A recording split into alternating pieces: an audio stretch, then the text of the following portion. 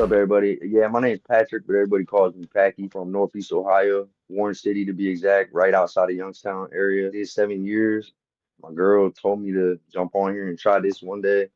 I did, and here we are. I've been home for 2 years. You're currently doing your thing on TikTok as well, right? So yeah, actually, yeah, TikTok, Facebook, YouTube, and I just started a IG, but it's like barely, mainly them other three. Just go ahead and run me through your childhood, man.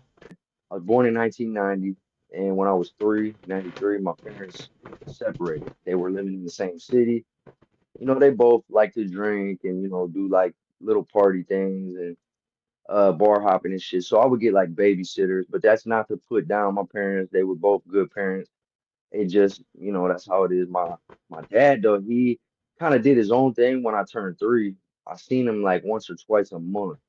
But around that time, my mom met my pops, Ralphie. So I got another side of my family that's my step family, but they accepted me. And then she had, my brother with him. So it kind of bonded us as a family because now me and my brother share same mom, different dad. They partied a lot, but I was around it. It'd be like a school night and everybody's in the house bumping music, and I'm just kind of gaming out till like midnight, going to sleep at the last second. I seen a lot of things, but my mom, they were real good family. We just kind of had like the shameless family, just like the Hmm. Gallagher. In '99, when I was 9, my mom moved us to Newton Falls. There's this little neighborhood, they call it the Projects, but it's the East River Gardens, and it's like the poor side of Newton Falls. So we lived there, kind of like a trailer park in a nice town type deal. I was out there, and we just more or less, when I was 15, I came back. So from '99 to '05, I lived out there. Completely different life. I think I would have went in a different path had I actually stayed there. But my brother got sick and passed away and shit. How old were you when your brother got sick? He was 1. When he was 1, they said, "Yo, hey, I don't think he's gonna make it to be 2." But he turned yellow on Christmas Eve at my grandma's, and no one knew why. We were all passing him around, and that just happened. They said he's really sick. His blood count, he got like leukemia, but he did end up to be 6, and he passed Mm. away when I was 15. So we got another 5 years with him, and he was a character, man. And he liked video games. He listened to Creed, Nirvana, Soundgarden. Y'all knew that eventually the cancer he had was going to take him out. Absolutely. It And was I just know like his when. part, yeah, it was definitely like when. So in '96, I was 6 years old, and there was like this situation at my house where I had neighbors that was a babysitter. I was 6 and she was like 13, and it went on You and the for a couple babysitter. years. Yeah, but I actually liked it. You know what I'm saying? My mom would Hold on, say, hold on, hold I'm on. not So gonna you put their were names out. at 6 years old. You were sleeping with the babysitter. Yeah, my mom would say that in particular sister was babysitting me. I would actually get excited, and I found out later on as a kid from 6 to 9, it was actually, yeah, it was 3 years, about 3 years. Your brain and your body chemistry and shit, being that it's not supposed to know that, can actually like mess up things, trigger things to where you just more or less. The easy way to the short version is I was shooting blanks and I was experiencing the feeling. So yeah, and that was crazy to me, but at the time I didn't realize it would end up being trauma later on. I look I at this know. from a father's point of view and as a human's point of view, right? If that was a 13-year-old boy doing that with a 6-year-old girl, he would be the weirdo the rest of his life. Soon as people Exactly. found out at 50 years old, he would still be a weirdo. Remember, he was, so for a 13-year-old girl to do it to a 6-year-old little boy, that's weirdo shit. And I know their family still, like I said, I'm not trying to put them down, but it was part of my childhood, so I'm gonna go ahead and mention it. Her Hmm. brother, he ended up being he had it, got into a little shootout and some shit happened. And did when I was about 13 when that happened. So like 2003. So that kind of fucked me up too, because I always liked him and I looked up to him and we were cool when I was young. All right, some people get in trouble later on in their life. I've met guys that the first time they ever got locked up, they never get to come home again. I've met guys Yeah. that didn't get in trouble until they were 18 years old, 30. When was the first time you got in trouble? 15, the year that my brother passed. I used it as an excuse. And I feel bad even hearing myself say this anytime I do, but I got mad at God to the point where I actually literally cussed out God one time in my room and was breaking shit in my room. My mom had to come in and my pops, and they had to like hold me down. But I was breaking things. It was like a week later, I found one of his Nike hats that was left at my house, and he had hair inside the hat because the chemo made some of his hair fall out. So once he was passed, and I'm going through some of my shit, find the hat. I smelled it because it smelled like him, and I kind of teared up. But then I seen the hair, and it just fucked me up. It made me. I think I realized at that exact point that he was really gone, right? So it like kind of fucked me up a little bit, and then yeah, I like cussed God out, and then just went off. But from that point forward, I quit going to school. I started doing what I wanted. So when did you find yourself in handcuffs for the first time? Like, oh shit, this is it. 15 I'm getting locked that up. year. Yeah, it was at my house. I wasn't going to school. I was arguing with my family. My mom and my grandma called my uncle, and my uncle Rich, he was down the street, and they had spatulas. They chased me. At the time, me and my brother Benny is still alive. Shout out to him. He uh we had bunk beds.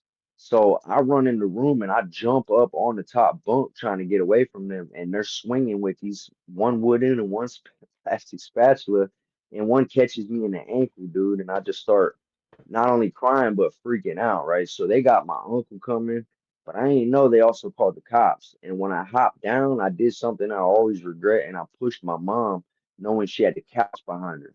When I pushed her and she fell to the couch, I tried to run through the house to escape. In my mind, I'm running away. If I make it outside, I'm gone. You guys are gonna have to catch me. But my uncle was coming up. So my uncle's walking up the driveway and I'm running out. And they grabbed me, they dragged me back in. And then here comes the cops. They ended up taking me in without even giving me my shoes, too. I asked, like, hey, my shoes are right there. I'm in cuffs. I'm crying. He said, you don't need shoes where you're going. They got sandals. So I get in there barefoot, well, socks. And yeah, man, that was a wild experience. I get there, put me right in the little shower room. At some point, I say something to him. I forget what it was. And as soon as I say it, he's like, you wasn't spoken to, shut the fuck up. And right there, I knew this is going to be an experience, you know? What was it like for you at 15 years old walking into a detention center for the first time? It was nerve-wracking. They put me in there with a 17-year-old that was on his way to DYS. His name was Darius. And he was in there older than me, kind of showed me the ropes. He was like a bully, but without actually being a bully. Like he never put his hands on me. We never fought. He never got physical, but verbally, not even verbally, but bidding off me, if that makes sense. So he was bidding what they call, a wreck piece. Every chance that he could was verbally being a bully, but at the same time, I felt like he was trying to teach me to show me if that, you know what I mean? Makes sense. You Like was trying to green. toughen me up. I was green, exactly. You were fucking My a green cousin bean, man. had a green You bean. come out different than when you went in. And one of the biggest things for me was I always like once I went to the detention center and I came out, it was like, look at me. You know what I mean? Like I just felt different when I showed up to the neighborhood. Yeah, Like I know everybody knows I just got out the lockup. People in school are talking about it now. And you said you had stopped school. I stopped around the same time too. But everybody in yeah, your circle's talking about it. So now you get this, you start to get this bad boy reputation, this bad boy persona that that you was kind of got to definitely follow. Did that happen with you? absolutely did. And that was also the year that I started wanting to take the gang route and trying to do all that. I was calling myself GD and all that here in my city without really being official, like coming home and everything. I wasn't familiar with everything I was supposed to be, but that all came later on once I went to the penitentiary and I took all the proper steps. I've actually went into lots of videos about my journey from before being kind of watered down to being there, a lot of physical hands-on things and all the proper steps to all the way at the end when I backed away, went off count and how I got my ribs cracked, concussion from my own guys and all that. It's like this whole story that's in my content. You meet this woman at 16, this girl at 16 years old. You've been with her ever since. Walk me through who were you? What were you into? What type of life did you lead? Were you one of those criminals that was just a criminal, or was it drugs that you would say that fueled you committing crimes? And for a lot of people, some people are just criminals. I know guys that just that's what they do. They have a pocket full of money and they're gonna rob people. What got you into just everything that led you to prison? First, like you said, it was the bad boy thing. It was the adrenaline. It was like I was becoming a product of my environment. Always getting into fist fights. I did like that, which is crazy because it was kind of therapeutic. So if something did happen, it was like the anger thing would come out. I didn't care to get punched in the face, so it was like riding a bike. That all was going on, but the criminal thing, yeah, I started getting an infatuation with guns. I thought that was cool, as time's going. But the drug thing didn't come till I was 21, and it was but in between there, I was getting into some trouble. I just didn't go to prison till I was 27, but I had I think a total of 13 bookings in the county jail. So I did a lot of county time, maybe about a year total, like all together, 30 day and 90 day, probably like in a couple small ones, a bunch of small ones. But in the long run, I could add like a year onto my 7 year prison bid, like eight total. And to answer the question, the drug thing, yes, that's where the real crime came. It was when my girl had my first baby, they gave her perk fives. I was against that. All we did was smoke weed. We would trip on the weekends, shit like that. I was a late bloomer. I didn't even know I was a drug addict. But when I hit 21 and I tried one of them perk fives for the first time, it unlocked something in my brain. And then from that point forward, we were looking for more. We became actual drug addicts. So you went from, because most people that do opiates and stuff, most likely you went from the opiates to dope. In 1 year, yeah, from 21 all through 2011, it was just I was finding perks, bikes, and like Opanas, things like that. But by 2012, I had someone introduce me. They didn't charge me. He said, "I ain't got what you're looking for." He said, "You look like shit." He said, "You and your old lady, man, you guys look like shit." So I had somebody come approach me. I had asked him for that. He lived in the alleyway. He chopped out something, some tan shit. I'm sorry if this is bothering anybody, but we're just keeping it real. He said, "Sniff this. I promise you, you'll feel better. You don't owe me nothing. You and your old lady." And him and his old lady are sitting there just looking at me like, "I'm telling you, it's the same thing." I'm like, "All right." We were hurting. We did it. 10 minutes later, me and my girl are back to having a conversation, acting like nothing. And from there, it just transpired. Oh, yeah, it went downhill bad. 2016, me and her separated, but we still lived together. We had this trailer and we were seeing other people, but we lived under the same roof. And we were kind of like, I had a couple girls I went and hung out with, and she was dating this dude. And during this time period, we would still act like it didn't bother us. Maybe she'd be out on a Friday, I'd be out on a Saturday. The other person would be at home with the kids. Well, How old are you? I was 20, this was 26 at this time. You were So, because 26. 2016, yeah, we have been Okay. together since '06, 2006. So we're on our 10th year, kind of going rocky. Things are going great now, Mm. but it was like we needed to go through all You this hit that shit, spot, right? hit that spot, that like rough patch where everything's just kind of me and her get into it really bad. And she finds some shit in my phone, even though we ain't together. But it all happened, and she was punching me in the head. I got up, kind of grabbed her, like all this dumb shit that we should have never did. It's embarrassing, but I'm a man up and admit it. Well, while this is going on, the neighbors call the cops. We've already calmed down. I'm asleep. I fell back asleep. She's already calmed down. Okay, we'll talk about this in the morning, type shit. But that ain't how this was gonna go, because now the cops are at the door knocking. And she tells him, "Hey, he's sleeping. That was 20 minutes ago. Let him sleep it off. Everything's fine." They're like, "No."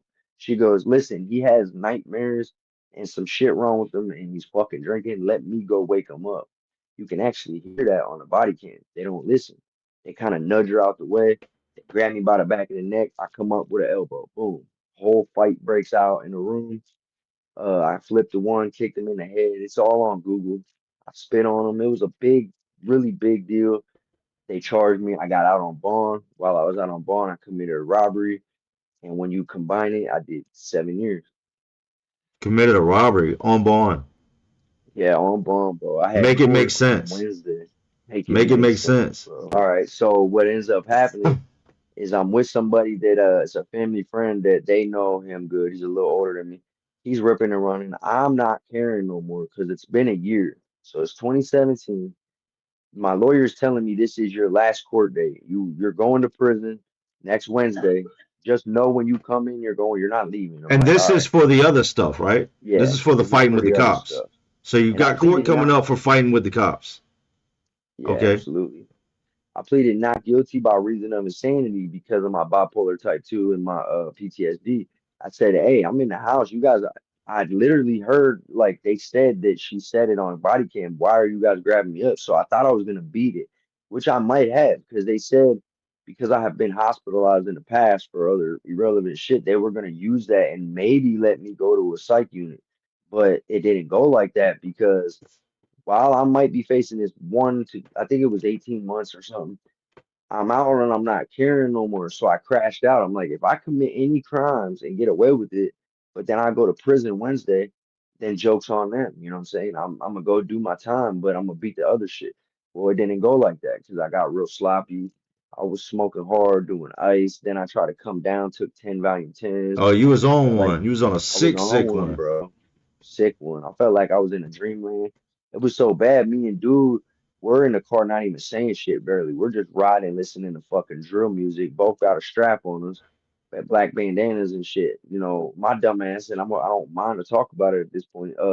Like with it when it all goes on, the dude he just said more or less I told him follow me behind the store. But then this lady gets out of to pump gas and she's screaming at the top of her lungs. And dude's telling me get in the car. So as I'm getting in the car, we drive off and he's more or less like, bro, you know, we're So getting you clipped. rob dude and you go in the alleyway and you rob dude. Yeah, well, I And tried to tell him to go behind the store and he was froze up, but I was so fucked up that I think he was just kind of like seeing how fucked up I was. And in my mind, I feel like I look normal, you know, and shit. But I really definitely did not. And yeah, the lady screamed, so I don't even. This is what's fucked up. I didn't actually rob him, but I did because I pulled a thing on him. you were in the But I midst didn't of get robbing nothing. him. I was in the midst of robbing him, and I told him to go behind the store. And he said, "Okay, just don't shoot me." But instead of actually doing that, this lady screams because she sees two masked dudes with straps and shit in the middle of the night. And it was botched. We'll just say that. Well, when we drive off, we're so fucked up, and we're like, man, we're getting sloppy. Let's just never do no dumb shit. We're just going home. As this time period, that lady's following us, and she calls the cops. Says I'm two cars behind a robbery that just took place. They said, all right, follow him. So she did. So when we're in the house kind of laughing it off and doing, partying, doing what we're doing in the basement, thinking shit's funny and putting on different clothes and shit. They're saying, hey, gear up. We're going to this house, on Cherry Street. And that's exactly what they did. They came and surrounded the house. We're in the basement. I think he might have been getting a shot ready of some ice. And all of a sudden he goes, did you hear that? And I'm like, what? And he goes, bro, there's cops outside. And we seen the lights. I'm like, no, don't fuck with me. And he's like, dude, the back door's unlocked. I said, they can't just come in your house. And he's like, the fuck they won't. And he starts running up the steps. Well, as he starts running up the steps, I hear boom, get on the fucking ground. And they slam him right. And they're like, don't fucking move. So I run, but in the process, he throws his thing. Now I'm behind a washer like this, hiding, and I got my gun in my pants. But he throws his and it ricochets off multiple things like in a fucking movie, bro. And it slides across the concrete and lands like this far from me. So I'm hiding, and this gun is right here on the ground and bounced off every object, just my luck. And I hear them arresting him and shit. And then they end up coming downstairs and getting me and shit. And then I get into a big ass fight with them. They have a riot shield. They smacked me in the face with this riot shield. Gave me 8 stitches right here. Uh, yeah, bro, that was one of the worst nights of my life because it was like I was on autopilot. I know what happened. I'm able to remember it. I'll tell you the story, but I was like I was possessed, bro. I felt like I was being controlled by like a player on a video game. so you were 26 when you went to prison. Affiliated, gang affiliated coming in or what? Yep, yep. I went straight in there. And I was nervous because I knew that I was, in my city, I was getting away with being watered down. Like, I'm affiliated with it, and in my city, everybody correlated me with that. But once I got to the joint, I knew this is the big leagues, and I knew I had to be brushed up on everything I was familiar with lit.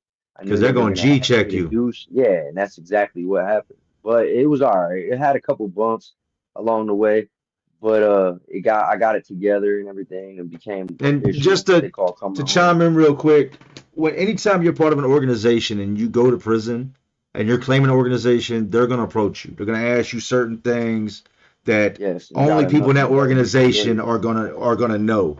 They're going to say something and there's going to be a certain response your ass Yes, better come back with or you're false flagging. And yes. the last Gangs is thing you still want to lit. do, I've met dudes that thought they were valid. You know what I mean? That 100% got down in the jail and then got to DOC and that Yeah, knowledge not check out, and them dudes be talking to him and it just be they just take off on him. You know what I mean? Like, yeah, and oh this yeah, dude really that's thinks me, he's example. not false flagging. He really thinks this shit's real. Luckily, like in my mind, I was trying to be prepared for that. So even in reception in Lorraine, I was preparing for that. I had my mindset ready that when they asked me, which I knew they would, I'm not going to say no to whatever they asked me to go do. And I was already brushing up on lit and becoming familiar with everything. And I'm not going to, obviously go into details of naming the pieces, but it's many, many pieces. And yeah, you're Hmm. right. And so it's one thing, it's like this in particular organization is a lot of uh knowledge and things, become behind with everything behind it, growth and development. It's like a lot of, but yeah, that's pretty much as far as that as what I don't want, I want to go too deep into it just because of the fact that now I'm on a different path. But I don't deny that. I talk about it, why? Because it's a part of my life. You hit prison at 26 years old. You've got a 7 year sentence to do. You've got kids, a girl, all on the outside, and essentially you're a white GD. How Yeah. does that? Do you feel like? I tell people this. This is my point of view. A lot of people I've heard that they'll join for different reasons, right? The guys I've seen that had the most problems were the gang members. If you're looking not Absolutely. to have problems, joining the gang's probably not the brightest idea because you could be on a Yeah, straight and narrow path to be trying to get your shit together, and at a moment's notice, something can pop off over there that's got nothing to do with you, and you got to go. that's a good way to put it. You could be cool, but something else happens, you're going. You have no choice, or you're going to be the target. People's problems become your problems because you're a reflection of each other. Everybody is, we're You're a all as one. gang. So it's a gang. You're a Exactly. gang. Organization life, you're gonna be getting in a hella fist fight. And I ended up doing the math that I had 13 altercations, and I would say like I won eight, lost five. That's just how I'd look at it. But the ones that I lost were actually like losses. So I don't want nobody feeling like you think you're gonna go in a joint and be like, I'm whooping everything. Yeah, you might be tough and shit, but there's people in there that not only love that shit, the way they train, the way they work out, they're so used to it. There's no fighting fair. When you take a loss, it's not always like, oh, okay. People said I lost, I lost. There's times that you could take a loss. Like I know you know what I mean. And that type of shit Yeah. does happen. How are Ohio In prisons, Ohio, man? we got 30 prisons, 27 adult, three juvenile, and they're a prison state. They're gonna use up their prisons. They're gonna make sure everybody's got a number if they can. Lebanon is our disciplinary. I did 1 year there. I started out as a level two in open dorms, got in trouble, ended up going there. But that right there is probably our most notorious close security. It's everybody who been in trouble under one fucking roof. It's definitely the jungle. It's the Thunderdome. You get there, you're gonna get into some shit, but you can do what you want all day long. The COs are corrupt. Everybody got phones. Everybody's gambling. They're not doing no paperwork for nothing. They don't give a fuck. They Shit's give you your wide mat. open. Shit's wide open, bro. You go to the hole, they're gonna give you your mat like this. He's on his phone or something like here. They Show know me it's your in mat. there. They know shit's in For there. you, how was your bid? How did you do your time? Man, I ain't gonna lie. I did my bid the way people shouldn't do their bid. So at one point, I ended up partying, and I used to just work out a lot. And I was like 190, 195, doing 2 days, mandatory workout, shit like that. But at some point, once I, started backsliding, because I started out at Richland, and once I left down the hill and went up the hill, people who are getting their shit together are down here, who are people partying, bumping music, fighting, and shooting tattoos. They live in Five Upper, Dirty Nickel, and I actually requested to go down there, and that's where I fucked up. From that point forward, though, I had like a rougher bid. I started, I just got bored. To be honest, I got bored and I wanted to be in the action, but I took my path in a different trajectory. I ended up getting leveled up and all kind of other shit. But until that happened, you just asked me that question. Man, at one point, bro, I used to just get high. I was always fighting over owing money and shit. See, I've talked about this in my content and it's embarrassing, bro. I don't care. But I've done things purposely what they consider like checking in more or less because I felt like I needed a fresh start. But I You never would checked just in. do it right away. Yeah, more or less. Yeah, because and it was always over my Nobody, own guys. nobody ever says that, man. Nobody ever says I checked in. You're saying you checked in. I mean, yeah, bro, because at one point I had the whole dorm on my ass. Like I actually went to the hole for like 70 days and then came back at Lake Erie and went back in Superior CD, which is the fucking, it's bad over there. And I went back in, everybody was looking at me like they seen a ghost and shit. But and I had my own guys following me, trying to talk to me, like fucking stalking me like, you know, fucking shark and shit. But then I'm telling them to hold on. Yeah, I'm telling them to hold on. I go knock on dude's rack, like, hey, bro. I was like, and he's waking up looking at me. I'm like, hey, I need to holler at you. And they're all kind of overstanding over there, like just monitoring everything, watching me, whispering and shit. It was the most awkward thing to have the whole block looking at you like that. That time I fixed it for a little while and then it happened again. The next time I needed a fresh start. That's when I did that, the whole ride to another prison. But Lebanon, I got leveled up, so that's 3 times. And then another time I did the other shit. So yeah, I've rolled out multiple times, but it made my bid go fast. And yeah, like I would get into debt. And sometimes if you know, if it came down to it, we would just fight over it and I'll be like hands laid, debt paid. It's hard to sleep knowing a Debt motherfucker might paid. want to hit you with a lock, bro. You know what I'm saying? So it's not, I'm not bragging. Don't think that I know I was being a maggot. Anybody hearing this, I do not suggest doing that. Sometimes you will be fucking killed. You won't come home or at least get it worse than I did. That But I stuff didn't always had a follow black you? eye. Like you Yeah, didn't that's show what up I'm to a new saying. spot and they be like, bro, you checked in on the team. Yeah, Like, come yeah. here. Matter of fact, as soon as I got the lib, the first day I told them, like I got the lib, I let them know. I let my own guys know, hey, I did that, you know, and at Lake Erie and shit. They're like, well, we appreciate you telling Automatic us. So V. violation. Yep, exactly. Automatically. So I did the physical violation. Then they said, now you gotta go do this. So me and shit truck went and yeah, bro, like we had to run in on somebody. That was cool though, because the whole block seen it. So the whole time they're all kind of watching from the tier. Everybody knew but him, but dude. So when I came out, I got all these random people watching me and him coming out. And this is good because this is my first day at Lebanon. So that's something that you want to have happen at a place like that. They need to see it. You know what I They mean? need to People see think it. you're sweet. Once they see you do something like that, they know, Yeah, like, all right, if I go at dude, I'm gonna have to really go at him because he's gonna yeah. get active on me. And then he checked in that day, but he came back like a week later. So we did that to him. He came out the room, went straight up to the COs. Hey, I fear for my life. But then like a week later, he came back to the block. So, you know, I say all that, bro. It's embarrassing. But like you just said, you know, hearing you say that puts it in perspective. I've had comments from people saying that, yo, you standing on this is different. A lot of these other prison creators who've done this, not all of them, but some of them, they're trying their best to keep that pushed away. I'm not trying Right. to do that. It's a part of my story, bro. Like I'm a fucking addict. I let myself get into far over my head. I got JPEGs right now that I can send you of me with a black eye that I sent home to my girl of just regular videos. I'm talking about family shit, trying to avoid Hmm. the fact that I got that, and it's because we went in the bathroom to chalk a fucking $30 debt that I couldn't pay at the time, and I actually had a lot of, and this is dumb, but I'm saying 30 to this guy, 30 to this guy, 50 to this guy. And I had my mom, my girl, my brother, and my cousin all helping me with money, and I still couldn't keep up with it because addiction is a motherfucker, bro. Like, And they're you know looking how at it you go. crazy. You're coming at them Yeah, with all types of stories. I done broke somebody's TV. yeah, Everything you could. I need you to send this money. To all just yeah. you've just become a burden while you're incarcerated. No, you're They're right, brother. spending more Yeah, money on you while you're locked up than they would have if you were free. Ain't exactly. no way you're getting. Ain't nobody giving you $200-300 a week on the streets. Ain't gonna happen.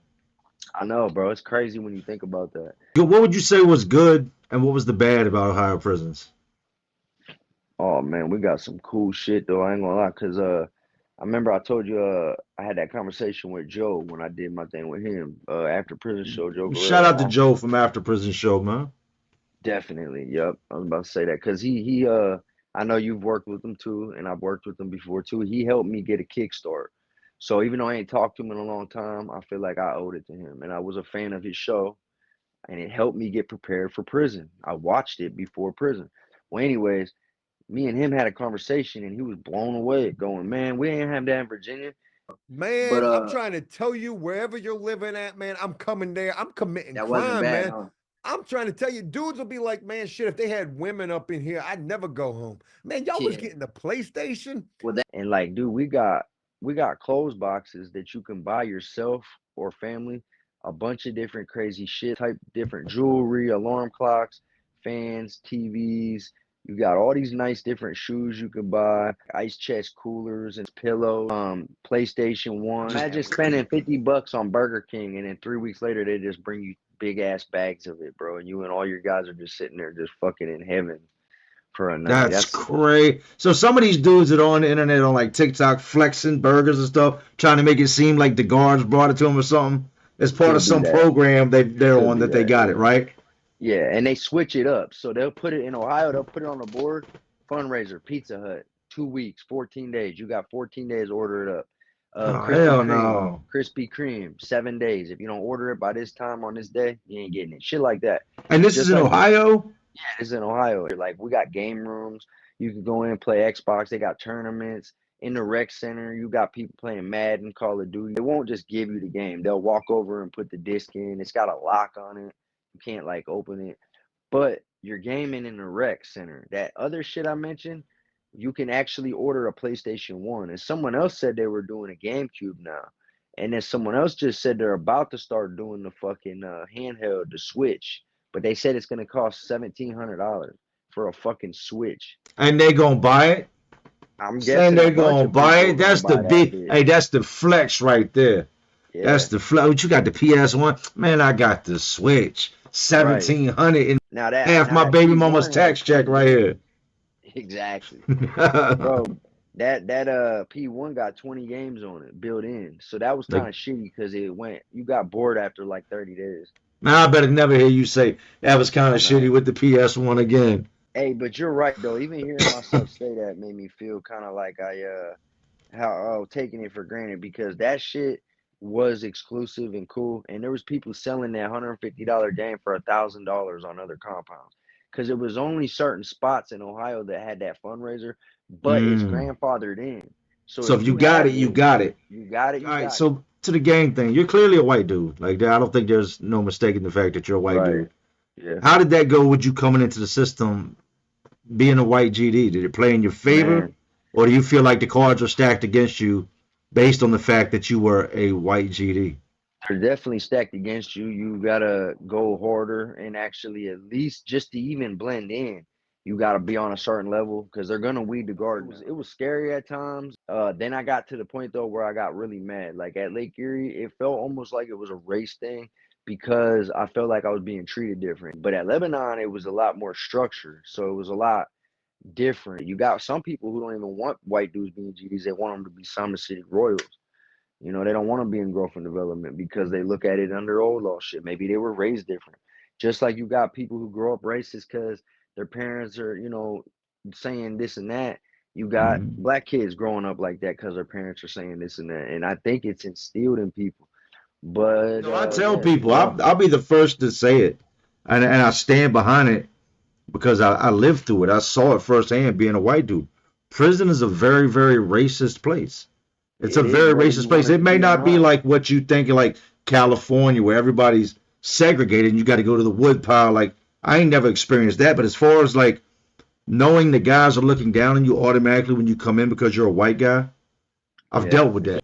Having dudes think they can beat me. Like, you don't even know me, but based off of my skin color, you automatically assume that you can beat me yeah. because I'm a white guy. Like, I dealt with racism on every aspect, so I get it, man. I've seen certain white dudes like bitch down or act a certain way, and it gives us a bad look. So they think we're all like that. But people know all races. When I say they mean all races know that all races are capable of certain things. C Dubs, Cincinnati white boys changed their name to Cincinnati Wild Boys, and now they allow black dudes. And there are white dudes and black dudes, and now it's called CWB Wild Boys because of that reason.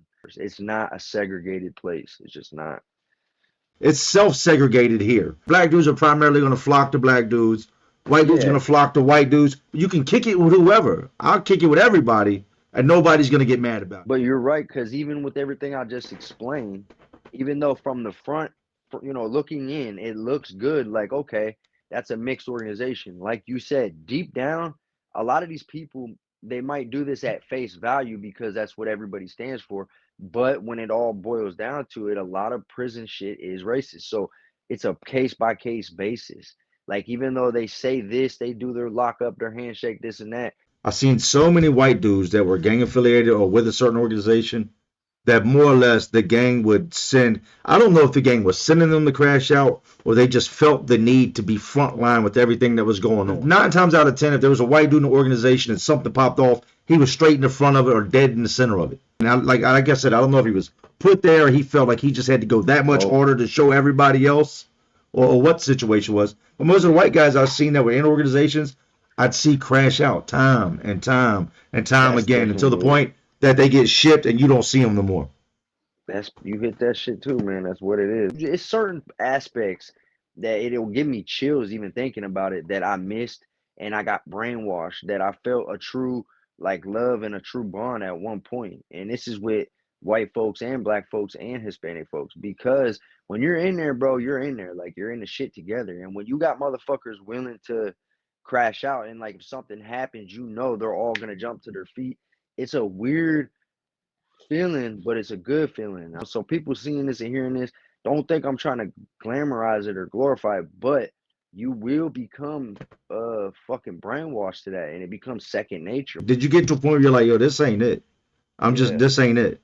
It was, I would say, right at the end of my time at Leb, and I had already signed the paper for the Flying High. I just never thought they would come. And after I That's already a had program? yeah, I already had the situation with falling back. I did a 60-second violation, which is considered a fall back.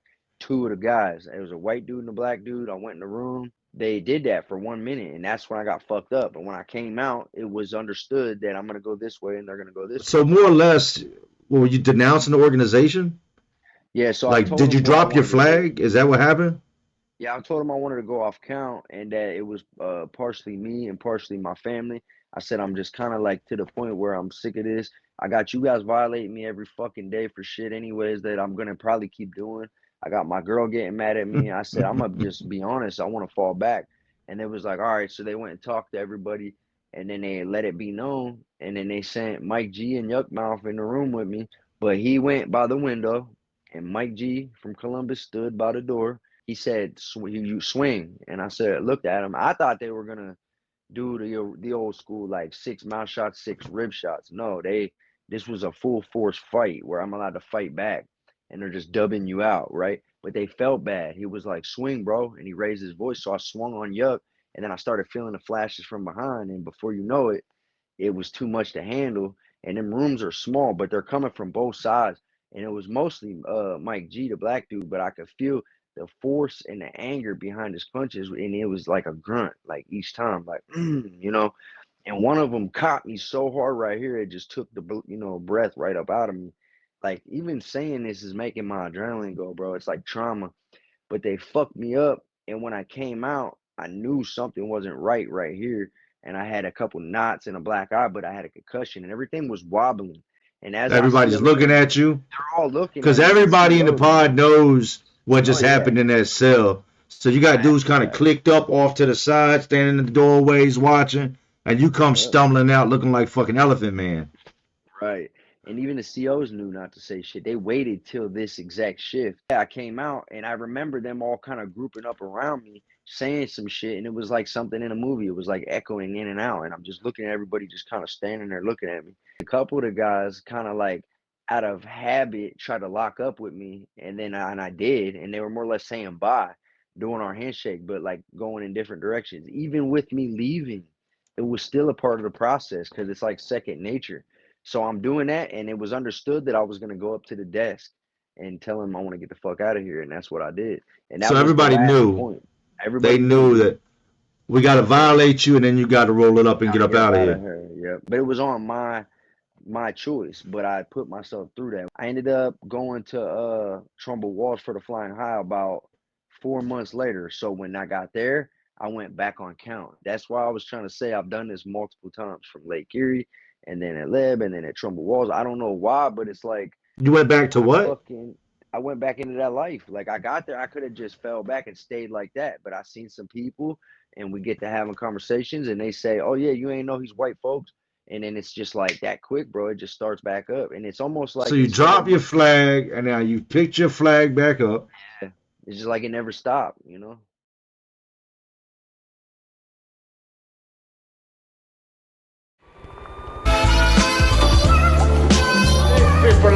show you if you can